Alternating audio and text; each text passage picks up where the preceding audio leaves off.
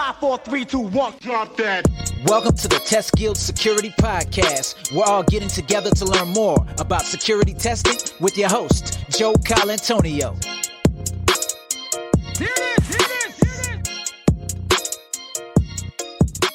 Hey, it's Joe, and welcome to another episode of the Test Guild Security Testing Podcast.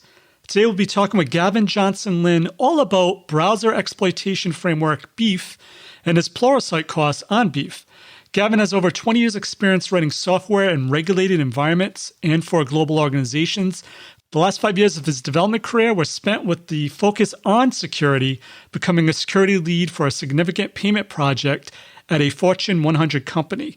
He has experience with languages all the way from COBOL to .NET, and his experience of software testing really reveals a passion for security, leading him to become a speaker and blogger on this subject as well. He's also part of a red team using his defensive knowledge to aid offensive security work. Really great course on Pluralsight, so really excited to dive in. You don't want to miss this episode. Check it out. It's no secret that the number and complexity of applications are growing. But what is alarming is that 90% of security incidents result from exploits against defects in software. The need for better application security has never been higher, and Micro Focus Fortify is here to help. Fortify is the recognized market leader in application security, and it is the most comprehensive and scalable application security solution that works with your current development tools and processes. With Fortify, you can start security applications in a single day, including custom code, open source, or commercial components, and scale as your needs grow with an on-premise, as-a-service, or hybrid implementation. Check them out. Head on over to microfocus.com/app security. Hey, Gavin. Welcome to the Guild. Hi, Joe. How's it going? Awesome. It's great to have you on the show. So before we get into it, at a high level, what is the BeEF framework? So the BeEF framework is really a framework that lets you take advantage of cross-site scripting issues in websites. It provides a lot of commands that help you demonstrate just how big a deal cross-site scripting can be. Okay, cool. So for the folks that don't know, what is cross-site scripting? So cross-site scripting typically involves JavaScript in browsers. So a good example would be if you've got a forum, if somebody could put some HTML and JavaScript in one of their forum posts, that could then be reflected back to anybody who read that forum post. So really that would mean that the JavaScript is running on people's browsers where you wouldn't want that JavaScript running. And that JavaScript could take advantage of lots of different things within the browser. You can find out people's geolocation. You can change the screen to look how you want. You can put little alerts onto the screen to ask for usernames and passwords. Really, you've got a lot of control about what they're looking at in the browser.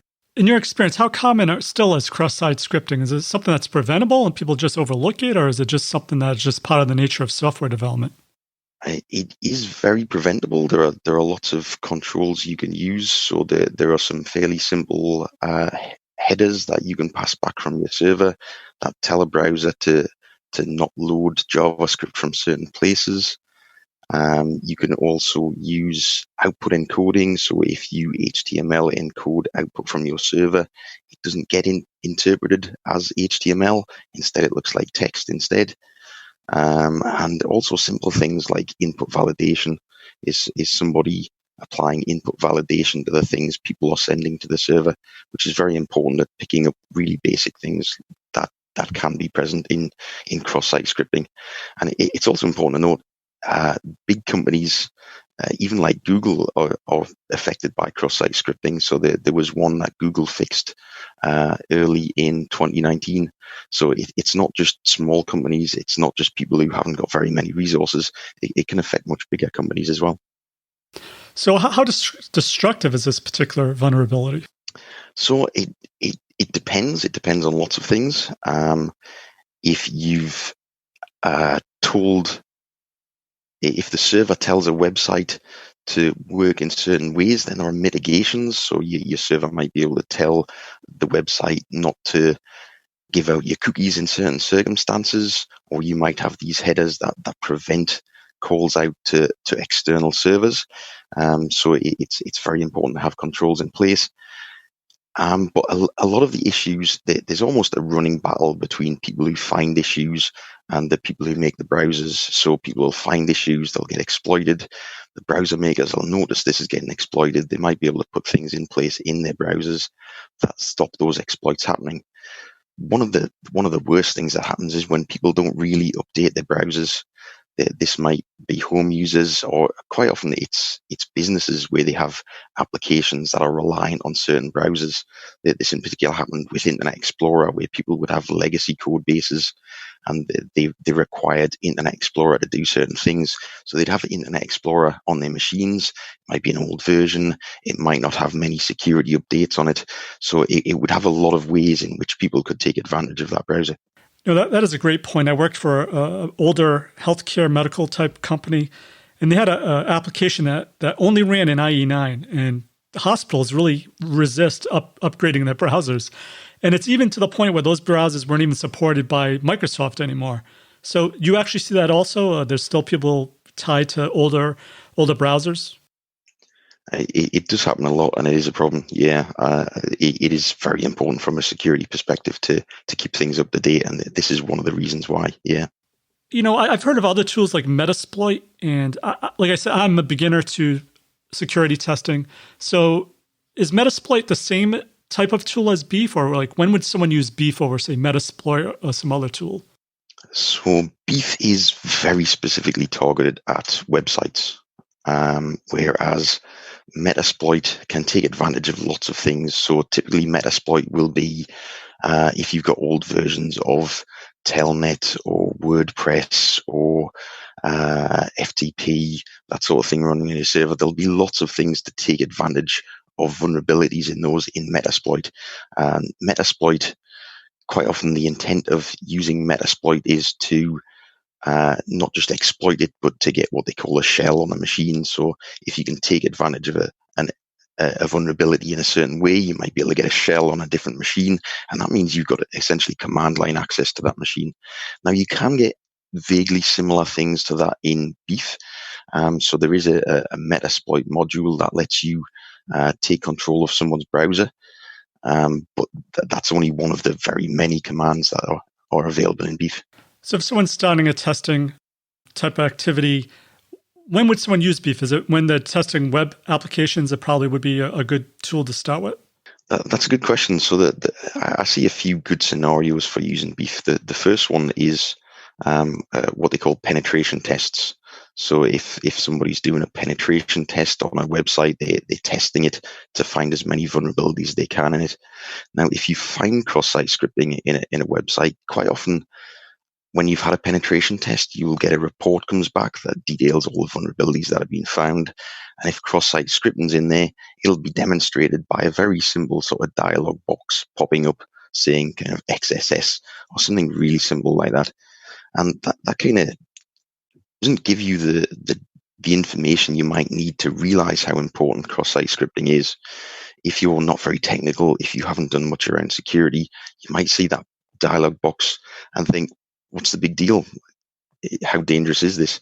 So it's very useful to use something like BeEF to display just how big a deal this can be. So that's the first big scenario for it. The next scenario is more red team engagements. So when I say red team engagement, it can be security tests with specific objectives in mind. So you might the goal you have might be to go into a business, take advantage of vulnerabilities in their systems, get people's usernames and passwords, perhaps some sort of admin access to their systems. So a tool like BeEF could be very useful in that sort of scenario. So if you've found a vulnerability in one of their websites, you might be able to get cross-site scripting injected into that. You'll use BeEF to talk to it. So then people inside the business who are using that website, they won't know BeEF's there. They might be able to have things like dialog boxes coming up asking for their usernames and passwords. And if it's been designed right, it'll be very subtle and they won't notice it. In that case, they enter the username and password. That username and password will be sent back to the BeEF server that you're running, and you'll have a username and password. So that'll really help things like a red team engagement work quite well. The last scenario is, I think it's very useful just as a demonstration tool. So again, going back to people maybe not understanding security, or maybe they do understand security, but if you take, for example, development teams and product managers, they want to get features out to the customers, right? They just want to get lots of features to their customers. They may be not as focused on security as they could be, and that might be because they don't understand the importance, lots of other reasons.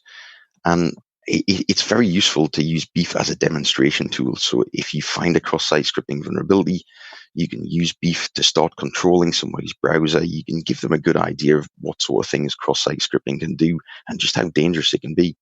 I would think that's a pretty effective demonstration to actually show it, hook it into a browser and manipulating it for sure. How hard is it to fix a cross-site scripting? Do developers resist? Is it a big change for them, I guess, if you do find an exploit, for them to actually resolve it? So quite often the fix will be something very simple, like putting a content security policy in place, which is going back to the headers that the browser receives from the server. So you can have content security policy in place that says, if I'm going to allow JavaScript, I only allow it to come from certain places. And so you'd have essentially an allow list in place that says, I only allow JavaScript to come from my server, or maybe from one or two very specific places. And then if somebody's injected cross-site scripting, it's going to try and get the JavaScript from your BeEF server. That BeEF server isn't going to be one of those allowed places, and it's not going to be able to run. So something like content security policies make it relatively easy to block script once it's already in place, but really you want to block it before it even gets into your website. And that's where things like input validation come in, or you check in to make sure somebody hasn't got something that looks like JavaScript or HTML in the things that they send in your server. So that's a great point. There's this push to shift left, most activities within the software development lifecycle, security being one of them. Is there a way to incorporate BeEF into a CICD pipeline to automatically say when someone checks in code, just double check to see if there's any common vulnerabilities, or is it more of a manual activity where someone needs to actually plan an attack ahead of time?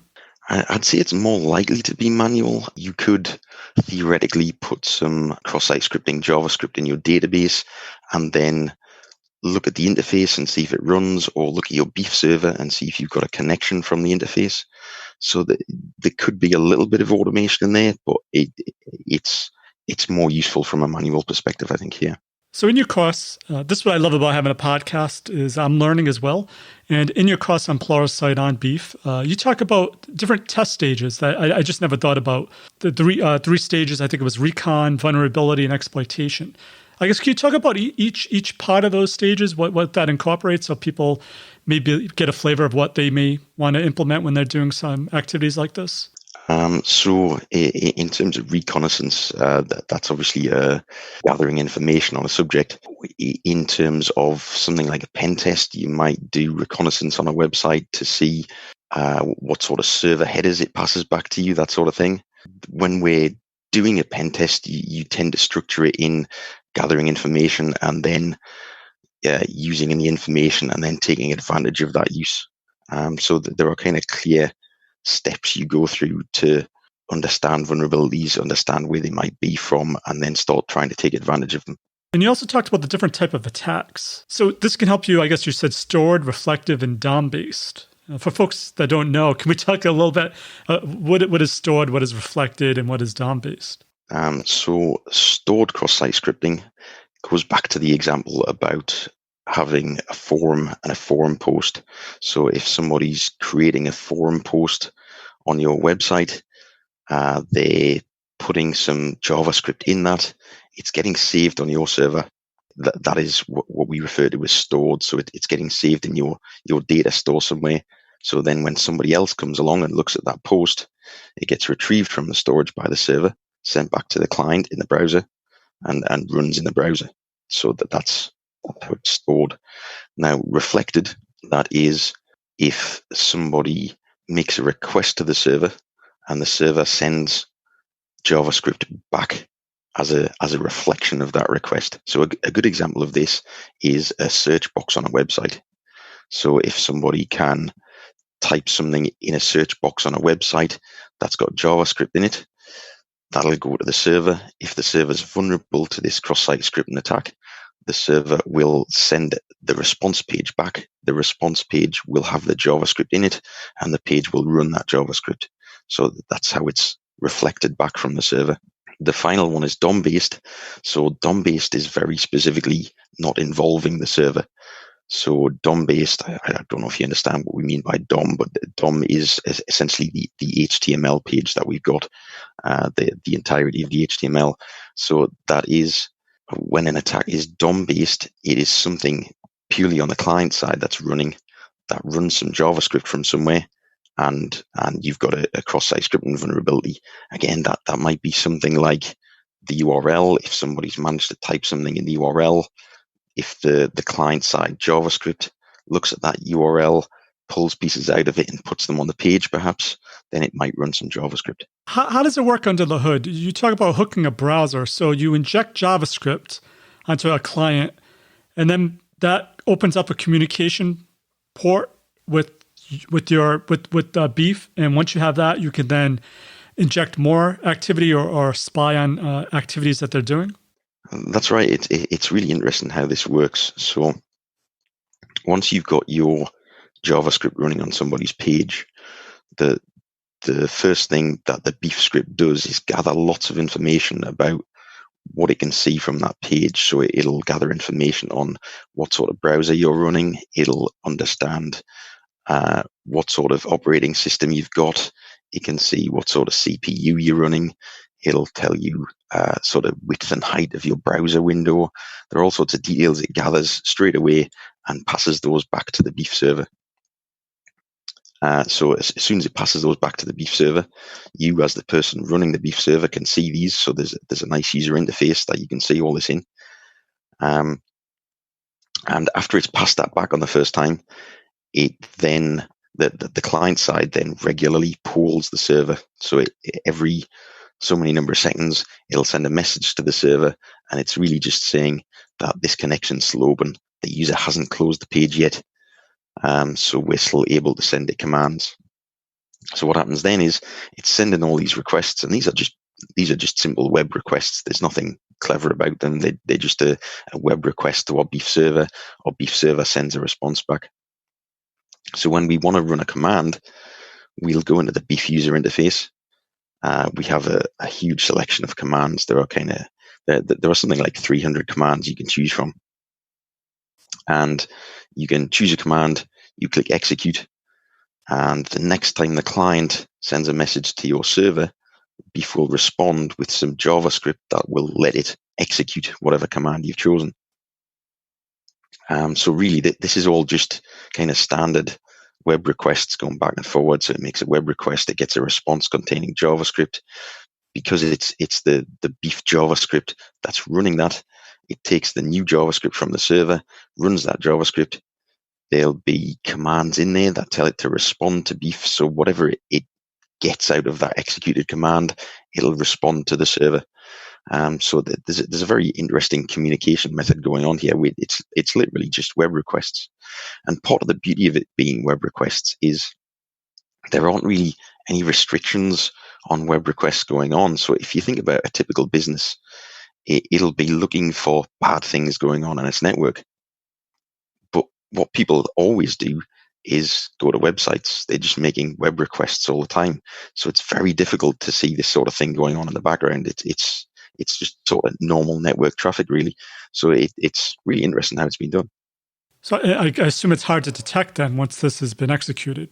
Like someone in a large organization, I always hear they learned about an exploit, 6 months after the fact. Is this one of the reasons why? Yeah, definitely. It would be very difficult to see this. I mean, if you imagine you're in a large business with hundreds of people, they're all making web requests all the time. They've all got different pieces of software that just make requests left, right, and center, really. How do you pick up the different ones? You can get software that runs on your network that tries to pick up malicious things going on. But as far as I'm aware, this doesn't count as malicious activity. It's not usually picked up as that sort of thing. So some of the information it returns is like the browser type. And as you mentioned, a lot of people may say that's no big deal, but I assume as you're doing this type of testing that as you learn, you modify your attack. So you can say, oh, they're using IE9. I know there's a known exploit. Let me run that against them. Is that how it works? Exactly, yeah. So there is a degree of automation in BeEF. So you can say, as soon as somebody connects to the BeEF server, as soon as somebody's browser has connected to the BeEF server, you can take that information and respond according to the information you've got. So if it comes along and says, I'm in Internet Explorer 9, then it might have a specific response for Internet Explorer 9. And obviously, that browser's been around for a long time. There are known exploits in it. It should be easy to craft a response that would make use of the fact that you're using Internet Explorer 9. Yeah. Cool. So you do talk about this in your course, but what are some other automation features that BeEF has? You had like matching and chaining. Can we just talk a little bit about each one? So that bit there was more around the matching side. It's trying to take what it understands from the client and craft a response specific to that. So it could be the specific browser you're using. It might be a specific operating system or a specific CPU. And some responses, it doesn't matter what operating system or what CPU you're using, it can just send a response. So a really good one's the geolocation response. It kind of demonstrates really well how useful some of the BeEF commands can be and how bad cross-site scripting can be. So that there's a really simple geolocation command, and you literally in the BeEF user interface, you click the button and it sends off the JavaScript to the client's browser, and it just does a lookup on a different website, and that lookup sends you a response back, and it gives you lots of information about exactly where that person is with their browser. And it's surprising how much information it gives you. It'll give you things like your postal code. When I do it, it tells me kind of a town that's about a mile away. It tells me who my internet service provider is. It gives me all sorts of details, and it's so simple to do. It's literally just a kind of a click of a button. Getting back to automation, the other side of automation is you can actually chain commands together. So you can get it to run a command, and then based on the response you get, you can get it to run different commands. So again, possibly going back to the geolocation one, you might be able to say, run the geolocation. If the response says a specific country or a specific browser, then you might run a different command. So that's a kind of chain of commands. So you can chain lots of commands together. Is it part of Kali Linux, or how hard would it be if someone's using, say, a Mac or to get up and running with BeEF? So it was part of Kali Linux, but they recently removed it. I think it's, if you just go to the GitHub repository for BeEF, then it gives you some really useful details on exactly how to install it. They don't recommend installing it on Windows, so any Linux-based operating system is fine. You can just literally clone the GitHub repo and run it from there, that sort of thing. It is very simple to get running. Yeah. Nice. So in your course, you also talked about developer tools, and it seems like it's one of the most overlooked features for developers as they're developing code. As a security expert, are there things developers can do with developer tools without using any other tools that help them to make sure that there's no type of security issues that they're injecting into their code as they're running it? I find developer tools really useful. So that's one of the things that shows you what's going on in any website you're at. So if you're on a website that BeEF is running in, for example, there's a tab on the developer tools that's for networking, and you'll see loads of requests going to the BeEF server. Sort of every second or two, it'll send a request to the BeEF server just as part of its communication channel. So that gives you a really good idea of what this web page is actually doing. But you can actually see a lot more detail about the page itself. You can see the underlying HTML. You can see the JavaScript. You can see things like cookies. You can see browser headers that are coming back from the server. So again, going back to content security policies, if a website's using content security policies or other security-based headers, then you'll be able to see them coming back in the browser. And it's incredibly useful. Obviously, I've come from a software development background. Some of that development involved user interfaces. So that was HTML, it was JavaScript, and it's very useful just as a debugging tool for that as well. So Gavin, I know you have other unique ways of using BeEF, or ways people may not think about. Could you give an example of maybe a unique way you could use BeEF to find vulnerabilities or do an exploit? So sometimes systems are connected with each other. So if we're talking about a forum, then really we're just seeing the forum. So we're sending something to a forum, we get something back from the forum. We can see if a cross-site scripting injection attack has worked. But there are other scenarios involved, which I think BeEF is quite useful in. The one good scenario is if you take an example of somebody submitting a customer support request. So they would do that through the public side of a website. They would go into the company's public website. They would submit their request. If they thought there was a potential for a cross-site scripting attack, they could, as an attacker, put some JavaScript into that request. Now, you don't necessarily get a response straight away from that. So if you're trying to run cross-site scripting somewhere and it's not necessarily going to be picked up straight away, then it's very useful to have the BeEF server running in the background, because it'll be there day and night, just sitting there waiting for someone to talk to it. So in this sort of scenario, it might be a day or two later, somebody picks up this customer service ticket, and they might pick it up on an internal system. It might be an entirely different website, and it might be just that internal website that has this cross-site scripting vulnerability.